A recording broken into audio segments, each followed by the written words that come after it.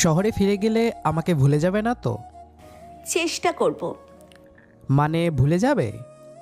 না, ভুলতে গেলে তো আগে দূরে যেতে হয়। আমি কি আর পারবো?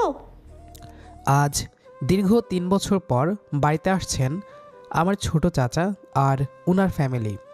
চাকরির সুবাদে ওনারা শহরে থাকেন, মাঝে মাঝে গ্রামে আসেন, তবে শুধু চাচা এসে 1-2 দিন থেকে আবার চলে যান। কিন্তু মাঝখানে কিছু সমস্যা থাকায় প্রায় 3 বছর আসা হয়নি। এবার পুরো পরিবার নিয়ে আসছেন। সকাল 11টায় ওনারা এসে পৌঁছালেন। গাড়ি থেকে নামতেই সবাই ওনাদেরকে ঘিরে ধরল। আমি একটু দূরে দাঁড়িয়ে রইলাম, শুধু চাচা আর চাচিকে দেখতে পাচ্ছি। আগের থেকে অনেক পরিবর্তন হয়েছে দুজন। তারপর গাড়ি থেকে বের হয়ে এলো এক সুন্দরী তরুণী, পরনে জিন্স প্যান্ট আর শার্ট, চুলগুলো ছাড়া। আমার চোখ তো পুরোই ছানা বড়া হয়ে গেছে। শুধু আমার না, আশেপাশে যারা আছেন সবাই অবাক হয়ে তার দিকে তাকিয়ে আছে। তিনি আর কেউ না, আমার চাচার মেয়ে ঈশা। শহরে থাকে বলে এমন কাপড় পরে গ্রামে আসবে? সবাই ঈশাকে নিয়ে ব্যস্ত হয়ে পড়ল, আর আমি স্ট্যাচু হয়ে ঈশার দিকে তাকিয়ে আছি। আমি এগিয়ে গিয়ে চাচা আর চাচির সাথে কুশল বিনিময় করলাম, আর ঈশার দিকে তাকিয়ে রইলাম। ঈশা একটু ভ্রু কুঁচকালো। আমি হাত বাড়িয়ে বললাম, হাই ঈশা। ঈশা তার বাবা মায়ের দিকে তাকালো। ঈশার মা বললেন, এইটা তোর চাচাতো ভাই ফাহিম। ঈশা যেন একটু বিরক্ত হলো। সে আমার কথার জবাব না দিয়ে বাড়ির ভেতরে চলে গেল। এই মেয়ের এত অহংকার, নিজেকে কি প্রাইম মিনিস্টার মনে করে? আমি আর এদিক ওদিক না তাকিয়ে বাড়ির বাহিরে চলে গেলাম বাইক নিয়ে। বাজারে যাব, সেখান থেকে বন্ধুদের সাথে আড্ডা দিব। আমি ফাহিম চৌধুরী, ঢাকা বিশ্ববিদ্যালয়ে ইংরেজি বিভাগে পড়াশোনা করছি। কিছুদিনের ছুটিতে বাড়িতে এসেছি। সন্ধ্যাবেলা বাড়ি ফিরতে দেখি ছাদে এক দল বসে গোল মিটিং করছে। আমি সেদিকে গেলাম, দেখি সব কাজিনরা মিলে আড্ডা দিচ্ছে, কিন্তু ঈশাকে কোথাও দেখতে পেলাম না। আমি চুপচাপ ওদের সাথে বসে আড্ডায় ব্যস্ত হয়ে পড়লাম। আমি এবার রাফিকে ঈশার ব্যাপারে জিজ্ঞেস করলাম, এই রাফি, ঈশা কোথায়? আসেনি? উনি বড়লোক মানুষ, উনি কেন আমাদের সাথে বসে আড্ডা দিবে? এভাবে বলছিস কেন? তো কিভাবে বলবো? এই মেয়ের এত দেমাগ যে কারো সাথে এই কথা বলে না। তার মাঝে সকালে যখন তুই ওর সাথে কথা বললি, দেখলি তো কি করেছে? আরে বাদ দে সেসব, শহরে থাকে তাই হয়তো। না, শহরে তো আর কেউ থাকে না, ও শুধু একাই থাকে। জানিস আজকে কি হয়েছে বিকালে? কি হয়েছে? শুন তবে।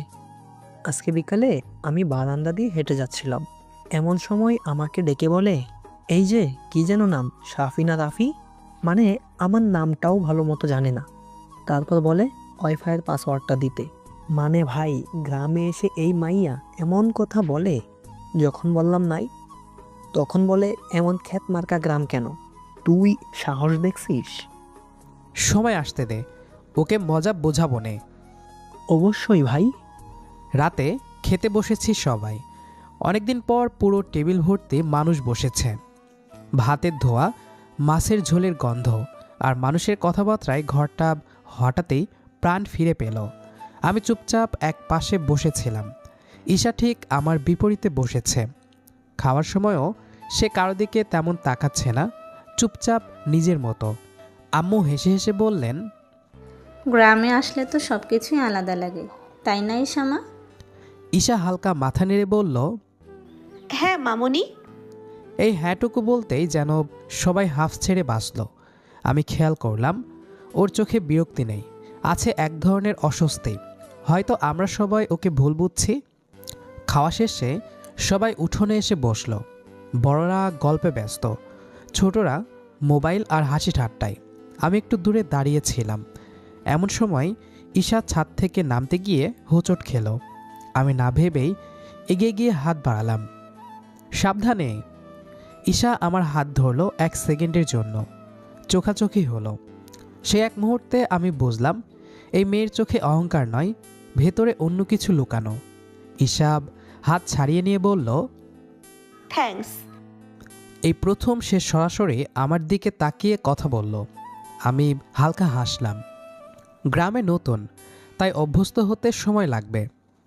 ঈশা একটু থমকালো, তারপর ধীরে বলল, আসলে আমি মানুষের ভিড় পছন্দ করি না, তাই হয়তো এমন লাগে। এই কথাটা শুনে আমার ভেতরে রাগটা হঠাৎ গলে গেল। আমরা দুজনে কিছুক্ষণ চুপ করে দাঁড়িয়ে রইলাম। পরদিন সকালে আমি পুকুর পাড়ে বসে বই পড়ছিলাম। হঠাৎ দেখি ঈশা আসছে, হাতে ফোন, কানে ইয়ারফোন। আমাকে দেখে থামলো। এখানে বসা যাবে? অবশ্যই। সে একটু দূরে বসলো। কিছুক্ষণ পর ইয়ারফোন খুলে বলল, তুমি ঢাকা ইউনিভার্সিটিতে পড়ো তাই না? হ্যাঁ, ইংরেজি বিভাগ। আমি ইংলিশ লিটারেচার খুব পছন্দ করি, তবে পড়া হয়নি। পছন্দ থাকাটাই তো বড় কথা, পড়া না হলেও অনুভব করা যায়। সব কিছু কি অনুভবেই চলে? কিছু কিছু জিনিস পড়ে বুঝতে হয়, আর কিছু অনুভব না করলে বোঝাই যায় না। কথা ঘোরাতে পারো ভালোই। ঢাকা ইউনিভার্সিটির সাইড ইফেক্ট। ঈশা হেসে ফেলল, তারপর আবার মুখ গম্ভীর করে বলল, তুমি আমাকে এখনো দেমাগি ভাবো তাই না? পুরোটা না, তবে অল্প একটু। আচ্ছা বলো তো, গতকাল সকালে আমার সাথে কথা না বলে চলে যাওয়াটা কি ছিল? আমি নতুন জায়গায় অস্বস্তিতে ছিলাম, সবাই তাকিয়েছিল। তুমি আবার সামনে এসে হাই বললে, ভালো লাগেনি। তাই বলে ভদ্রতা দেখানো হারাম? গ্রামে ভদ্রতা আর কৌতূহল এক জিনিস মনে হয়। এইবার একটু দেমাগে শোনালো। মানে আমি আবার দোষী? আরে না। ঈশা চারপাশে তাকিয়ে বলল, জায়গাটা সুন্দর, শহরে এমন শান্তি নেই। একটু হাঁটতে বের হবে? কোথায়? গ্রাম ঘুরে দেখবে। ঈশা একটু ভেবে বলল, হ্যাঁ, তবে একটা শর্ত আছে। শর্ত? তুমি আমাকে কোনো লেকচার দিবে না। আর তুমি আমাকে শহুরে ভাব দেখাবে না। ওকে, ডিল। আমরা দুজন পাশাপাশি হেঁটে চললাম কাঁচা রাস্তা ধরে। চারপাশে ধান ক্ষেত, দূরে গাছপালা। ঈশা মাঝে মাঝেই থেমে থেমে ছবি তুলছে। এখানে নেট একদমই নাই। এটাই সৌন্দর্য। তোমাদের সৌন্দর্য মানে নেট না থাকা? সব কিছুর আপডেট থাকা দরকার হয় না। একটু সামনে যেতেই একটা ছোট খাল। ঈশা থেমে গেল। এইখানে নামা যায়? নামা যায়, তবে সাবধানে। তুমি আগে যাও। ভয় পাচ্ছ? না, বিশ্বাস করছি না। আমি নেমে হাত বাড়ালাম। বিশ্বাস করতে হলে হাত ধরো। ঈশা একটু দেরি করে হাত ধরল। এইবার সে হাত ছাড়ালো না। যদি পড়ে যাই? তাহলে আমিও তোমার সাথে পড়ব। খুব সাহসী হয়ে গেছে দেখছি। সাহস না, দায়িত্ব। ঈশা কিছু বলল না, শুধু আমার হাতের দিকে তাকিয়ে রইল। হঠাৎ পেছন থেকে রাফির চিৎকার। ওহ ফাহিম, শহরের আপাকে খালে নামাইছস নাকি? ঈশা তৎক্ষণাৎ হাত ছাড়িয়ে নিল। হোয়াট? এই ছেলেটার মুখ বন্ধ করা যায় না? গ্রামে মুখ বন্ধ করার অপশান নাই। তোমাদের সাথে বের হওয়াটাই ভুল। এখন দোষ আমার? ঈশা মুখ ঘুরিয়ে হাঁটা শুরু করলো। আমি পেছন থেকে বললাম, রাগ করছো? হ্যাঁ করেছি। কারণ? কারণ তুমি স্বাভাবিকভাবে সব কিছু নাও। আর তুমি অতিরিক্ত গুরুত্ব দাও। সবাই তোমার মতো শক্ত না। আমি শক্ত না, আমি শুধু অভ্যস্ত। আমরা আবার পাশাপাশি হাঁটতে লাগলাম। এইবার ঝগড়া নেই, কথাও কম। গ্রামে ঘুরতে ঘুরতে সূর্য ঢলে পড়ল। ঈশা হঠাৎ বলল, জানো, আমি ভাবিনি এখানে এমন লাগবে। কেমন? হালকা। গ্রাম ভারী মানুষদেরও হালকা করে দেয়। তুমি কিন্তু একদম খারাপ না ফাহিম। ধন্যবাদ। সন্ধ্যায় বাড়ি ফিরতে দেখি উঠোনে চায়ের আড্ডা। আমি আর ঈশা পাশাপাশি ঢুকতেই কয়েকটা চোখ একসাথে তাকালো। ঈশা ফিসফিস করে বলল, দেখলে কি? সবাই কিভাবে তাকিয়ে আছে আমাদের দিকে? এখন কি করবে? স্বাভাবিক থাকবো। এত সহজ? আমি চাই না কেউ আমাকে ভুল বুঝুক। তুমি সঠিক থাকলে লোকে কি বুঝলো তা বোঝার দরকার নেই। পরদিন সকালে আম্মু আমাকে ডেকে বললেন, এই ফাহিম, তুই একটু বাজারে যা তো, আর ঈশাকে সাথে নিয়ে যা। আজ ওকে গ্রামের বাজারটা দেখিয়ে আনবি। আমি ঈশার দিকে তাকালাম। ঈশা বলল, না মামনি, আমি যাব না। আরে যা, ভালো লাগবে। চলো, বেশি দূরে না। ঈশা রাজি হলো, তবে মুখে স্পষ্ট বিরক্তি। রাস্তায় হাঁটতে হাঁটতে ঈশা বলল, সবাই তাকাচ্ছে। কারণ শহরের মানুষ গ্রামে এসেছে। না, কারণ আমি মেয়ে। হয়তো দুটোই। তুমি এখানকার সবাইকে চেনো?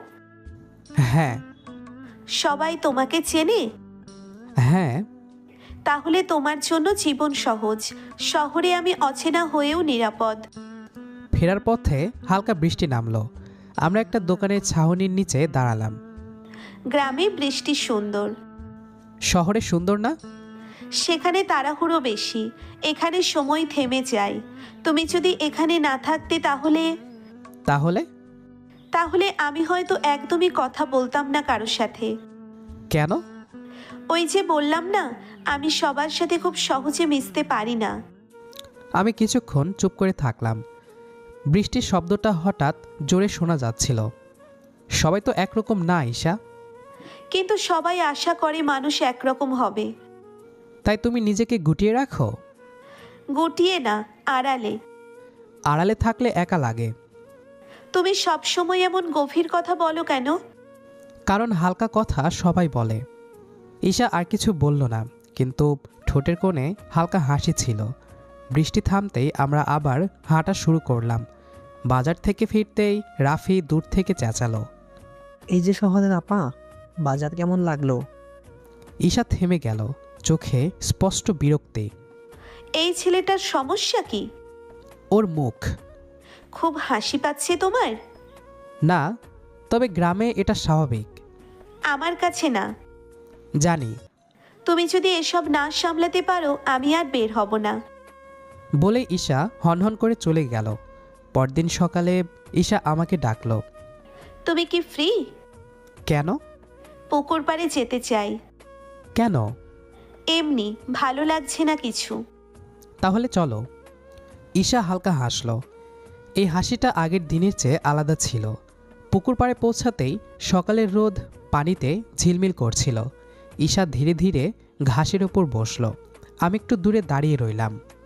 তুমি বসছো না কেন? পাশে বসলে আবার কেউ কিছু বলবে। এখন তুমি এসব ভাবছো? আমি পাশে বসলাম। দুজনের মাঝে খুব অল্প দূরত্ব।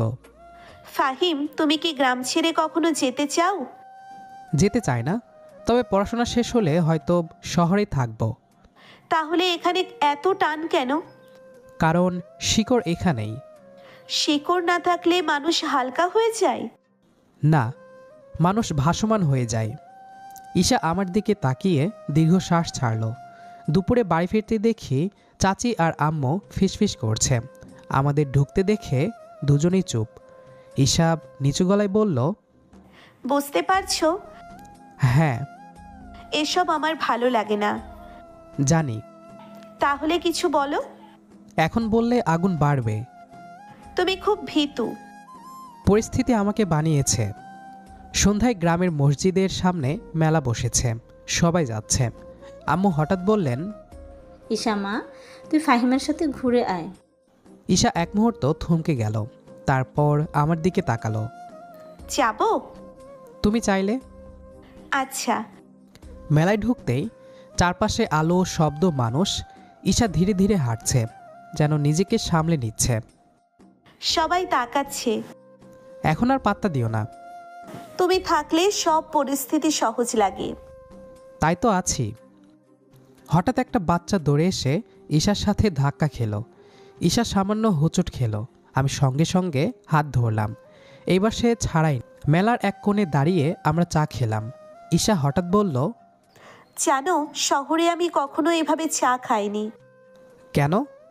সময় থাকে না। সময় নাকি মানুষ থাকে না? দুটোই। তুমি কি খুব একা? জানি না, হয়তো। একা থাকা খারাপ না, কিন্তু একা হয়ে যাওয়া খারাপ। তুমি খুব সহজে কথা বলো। কারণ আমি ঘুরিয়ে পেঁচিয়ে কথা বলতে পারি না। তুমি যদি এমন না হতে তাহলে? তাহলে কি? তাহলে হয়তো আমি এত কথা বলতাম না। পরদিন সকালে বড় ঝামেলা বাঁধল। রাফির মা আব্বুকে কিছু একটা বলেছে। আমি ঘরে ঢুকতেই আব্বু কঠিন গলায় বললেন, ফাহিম, ঈশার সাথে এত ঘোরাঘুরি কেন? এমনি, আমরা শুধু কথা বলি। গ্রামে এসব মানুষ অন্যভাবে নেয়। অন্যরা কী নিল সেটা কি আমাদের নিয়ন্ত্রণে? আব্বু চুপ করে গেলেন, কিন্তু চোখে চিন্তা। সে রাতে ঈশা আমার সাথে কথা বলল না, ছাদে একা বসেছিল। আমি কাছে যেতেই সে বলল, এখন আর কথা বলতে চাই না। আমি কিছু ভুল করেছি? তুমি না, পরিস্থিতি। তাহলে পরিস্থিতি সামলাও। সব লড়াই লড়া যায় না ফাহিম। কিন্তু কিছু লড়াই না করলে নিজেকে হারাতে হয়। আমি শক্ত না ফাহিম। জানি, তাই তো শক্ত হয়ে পাশে দাঁড়াতে চাই। মানে? তুমি এতটাও অবুঝ না যে মানে বুঝো না আমি কি বোঝাতে চাইছি। কেউ যদি ভুল বোঝে? বোঝাক, আমরা নিজেদের ভুল বুঝবো না।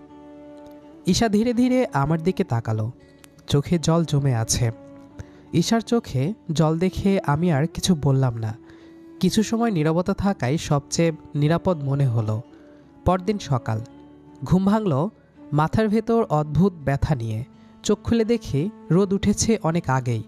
মাথাটা ভারী লাগছে, শরীরও ভালো না। আমি উঠে বসতেই দরজায় হালকা শব্দ। কে? আমি ঈশা। আমি একটু অবাক হলাম, তারপর উঠে দরজা খুলে দিলাম। ঈশা ঢুকলো, হাতে একটা কাপ। মাথা ব্যথা করছে শুনলাম। কে বলল? আম্মু। সে কাপটা টেবিলে রেখে বলল, আদা চা। শহরে থাকলেও এটা বানাতে পারি। আমি হালকা হেসে বললাম, "হ্যাঁ, ধন্যবাদ।" খেয়ে নাও, ঠান্ডা হলে কাজ করবে না। আমি চা খেতে খেতে তাকালাম তার দিকে। সে জানালার পাশে দাঁড়িয়ে বাইরে তাকিয়ে আছে। কালকের জন্য সরি। তুমি কেন সরি বলছো? পরিস্থিতির জন্য। পরিস্থিতি সবসময় আমাদের কথা শোনে না। কিছু মানুষ শুনতে পারে। ঈশা কিছু বলল না, কিন্তু যাওয়ার সময় বলল, বিশ্রাম নাও। এই প্রথম মনে হলো এই মেয়েটা কেয়ার করে শব্দ ছাড়াই। দুপুরে খেতে বসে দেখি ঈশা আমার প্লেটের দিকে তাকাচ্ছে। বেশি ঝাল খেও না। তুমি এখন থেকে আমার ডায়েট দেখবে? মাথা ব্যথা থাকলে ঝাল খাওয়া উচিত না। আমি চুপ করে খেলাম। রাফিব ফিসফিস করে বলল, ভাই, ভাবি পুরাই কেয়ারফুল। আমি চোখে চোখ রেখে বললাম, চুপ।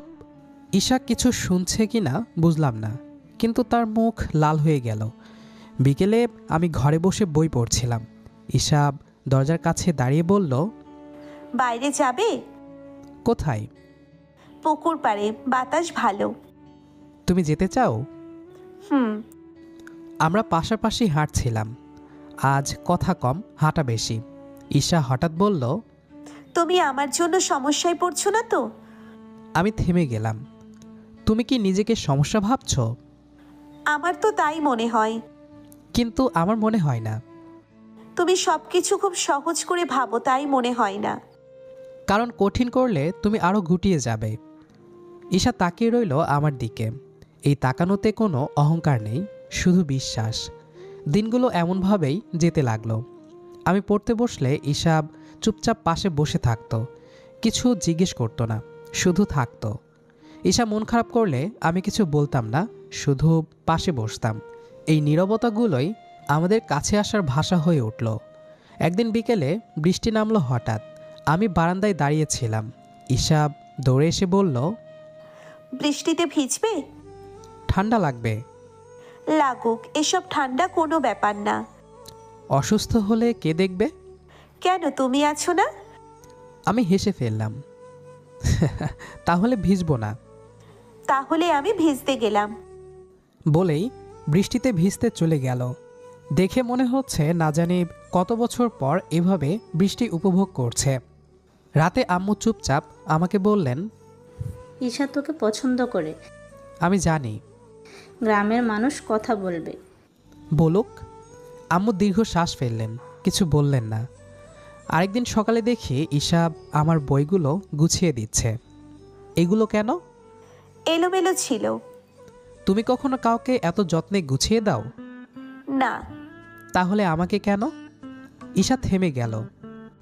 জানি না। এই জানিনাটাই সবচেয়ে ভয়ঙ্কর ছিল।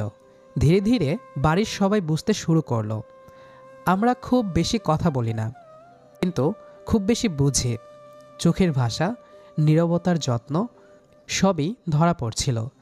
চাচি একদিন ঈশাকে আলাদা করে ডেকে নিলেন। কি কথা হলো জানি না, কিন্তু সেদিন রাতে ঈশা খুব চুপচাপ ছিল। আমি জিজ্ঞেস করলাম, ঠিক আছো? জানো ফাহিম, কখনো কখনো সবচেয়ে সুন্দর জিনিসটাই সবচেয়ে ঝামেলার হয়। তাহলে ঝামেলাটা আমি নেব, তুমি শুধু নিশ্চিন্তে থাকবে। তুমি সবকিছু নিজের কাঁধে নিতে চাও কেন? কারণ কিছু দায়িত্ব নিতে হয়, এটাই নিয়ম। আর যদি আমি ভেঙে পড়ি? তাহলে আমি থাকব। ভাঙ্গা জিনিস ধরে রাখার জন্যই তো মানুষ লাগে। ঈশা কিছু বলল না, কিন্তু সেই রাতেই প্রথমবার সে নিজের মনটা খুলে দিল। পরদিন ভোরে আমি ঘুম থেকে উঠে দেখি বারান্দায় ঈশা বসে আছে, হাতে একটা বই। এত সকালে? ঘুম আসছিল না। আমি পাশে বসে পড়তে শুরু করলাম। একই বই, দুইটা মন। ঈশা হঠাৎ বলল, ফাহিম, হুম। যদি এইসব না হতো, গ্রাম, মানুষ, কথা, তাহলে তুমি আমাকে কিভাবে দেখতে? যেমন এখন দেখছি। আর এখন কিভাবে দেখছো? আমি বই বন্ধ করলাম। এমন একজন মানুষ হিসেবে যার সাথে আমি চুপ করে বসে থাকতে পারি। আমি কাউকে কখনো এমন সুযোগ দিইনি। তাহলে আমাকে দাও। তুমি কি কখনো ছেড়ে চলে যাবে? যদি যাইও, তোমাকে সাথে নিয়ে যাব। এই কথার পর ঈশা আর কিছু বলল না, কিন্তু তার চোখে জল ছিল না, ছিল নিশ্চয়তা। এরপর দিনগুলো আরও শক্ত হয়ে উঠল। আমরা কথা কম বলি, কিন্তু একে অন্যকে বেশি খেয়াল করি। একদিন ঈশার মাথা ব্যথা করছিল। আমি নিজে হাতে পানি এনে দিলাম। বিশ্রাম নাও, ভালো লাগবে। তুমি কি ডাক্তার নাকি? না, কিন্তু আমি চাই তুমি ঠিক থাকো। কেউ কখনো এভাবে আমার ভালো চায়নি। এখন থেকে চাইবে। এক সন্ধ্যায় আব্বু আমাকে ডাকলেন। ফাহিম, বস। বলো। চাচা বলল, তুই ঈশাকে কি চোখে দেখিস? আমি সোজা বললাম, সম্মানের চোখে।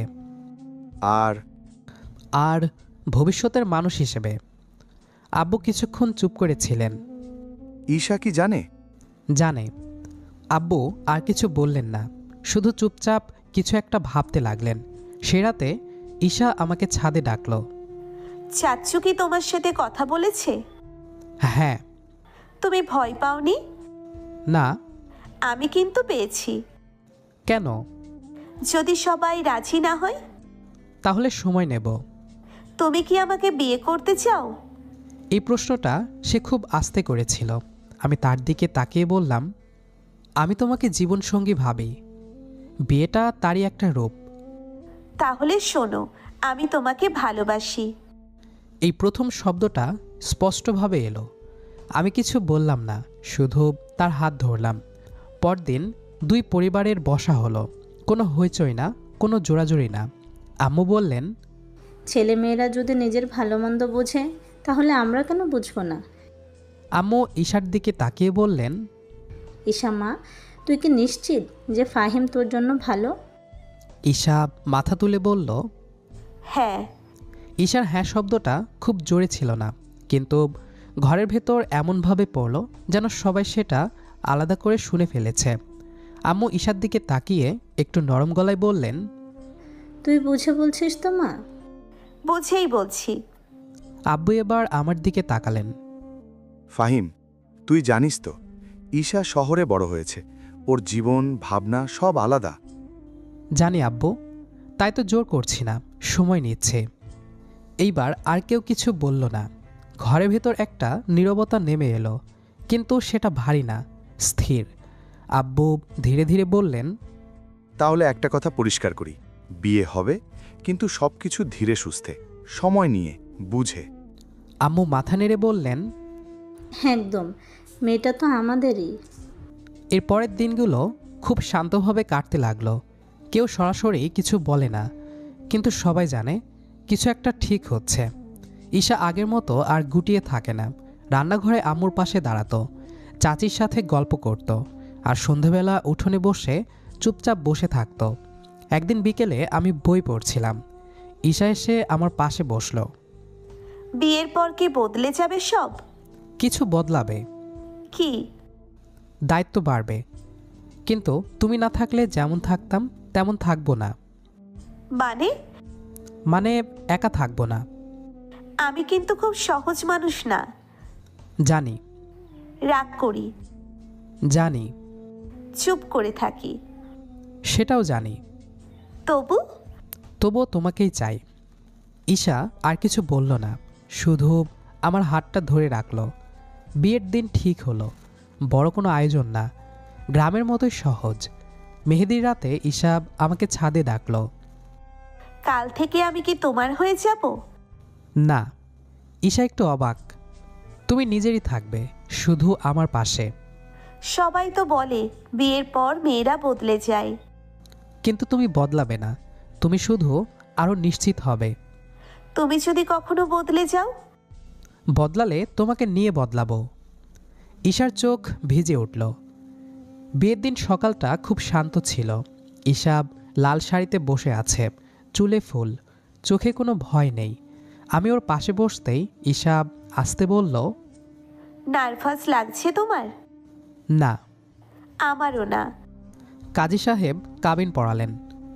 ঈশা স্পষ্ট গলায় বলল, কবুল। আমি তাকিয়েছিলাম ওর দিকে। এই একটুখানি শব্দে কতটা শক্ত মানুষ লুকিয়েছিল আজ বুঝলাম। বিয়ের পর রাতে ঘরে ঢুকে ঈশা জানালার পাশে দাঁড়ালো। আমি গিয়ে ওকে পেছন থেকে জড়িয়ে ধরলাম। ঈশা একটু নড়ে চড়ে উঠল। তুমি খুব কাছে দাঁড়িয়ে আছো। এখন তো সেটা আমার অধিকার। ঈশা চোখ নামিয়ে হাসল। আমি আলতো করে ওর হাত ধরলাম। ঈশার হাতটা আমার হাতের ভেতর একটু কেঁপে উঠল, তারপর স্থির হলো। জানো, আমি সব সময় ভয় পেতাম। বিয়ে মানে নিজেকে হারিয়ে ফেলা, এটা বুঝতাম। আর এখন? এখন মনে হচ্ছে নিজেকে ঠিক জায়গায় আনতে পেরেছি। আমি ওর কপালে হালকা করে চুমু খেলাম, খুব ধীরে, যেন অনুমতি নিয়েই। ঈশা চোখ বন্ধ করল। তুমি আমাকে বদলাতে চাওনি কখনো। কারণ আমি তোমাকে ঠিক করতে চাইনি, আমি তোমাকে বুঝতে চেয়েছি। ঈশা আমার বুকের ওপর মাথা রাখল। জানালার বাইরে জোনাকির আলো, ভেতরে নরম নীরবতা। ফাহিম, একবার বলো না ভালোবাসি। বললে খুশি? আমাকে খুশি করার জন্য বলার দরকার নেই, যদি মন চাই তবেই। আই লাভ ইউ বৌজান। I love you too. Isha আমার শার্টটা একটু শক্ত করে ধরল। যদি কখনো হারিয়ে যাই? তাহলে হাতটা ধরেই ফিরিয়ে আনব। ঈশা কিছু বলল না, শুধু আরও কাছে এলো। সেই কাছে আসায় কোনো আগ্রাসন ছিল না, ছিল ভরসা। ঈশা, এই বাড়ি, এই গ্রাম, এই মানুষ, সব মিলিয়ে আজ থেকে আমাদের গল্প শুরু। আর শহর? শহরও থাকবে, কিন্তু তুমি থাকবে আমার ঘরের ভেতর। ঈশা মাথা তুলে তাকালো, চোখে পানি, কিন্তু হাসি পরিষ্কার। আমি ওর কপালে আবারও চুমু দিলাম, এবার একটু বেশি সময় নিয়ে। জানালার বাইরে রাত আরও গভীর হলো। ভেতরে দুটো মানুষ, যারা প্রেমকে শব্দে না, নীরবতায় শিখেছে। ভালোবাসা সবসময় শব্দে প্রকাশ পায় না, কখনো তা লুকিয়ে থাকে নীরবতায়, কখনো চোখের ভাষায়, কখনো একটুখানি ভরসার স্পর্শে। শহরে চাচাতো বোন থেকে আজ সেই আদরের বউ। অভিমান পেরিয়ে, ভয় পেরিয়ে, মানুষের কথার দেওয়াল ভেঙে দুটি মানুষ খুঁজে পেয়েছে একে অপরের শান্ত ঠিকানা। এই গল্প আমাদের শেখায়, ভালোবাসা কাউকে বদলে দেয় না, ভালোবাসা শুধু মানুষকে নিজের মতো থাকতে দেয় আর পাশে দাঁড়ানোর সাহস দেয়। যদি এই গল্পটা আপনার হৃদয় ছুঁয়ে যায়, তাহলে ভিডিওটিতে একটা লাইক দিয়ে ভালোবাসা জানাতে ভুলবেন না। কমেন্ট করে জানান ফাহিম আর ঈশার কোন মুহূর্তটা আপনার সবচেয়ে ভালো লেগেছে। আর এমন আরও হৃদয় ছোঁয়া রোমান্টিক লাভ স্টোরি শুনতে এখনই আমাদের চ্যানেলটি সাবস্ক্রাইব করুন এবং বেল আইকনটি চাপতে ভুলবেন না। আবার দেখা হবে নতুন এক ভালোবাসার গল্প নিয়ে। ততক্ষণ পর্যন্ত ভালো থাকুন, ভালোবাসায় থাকুন।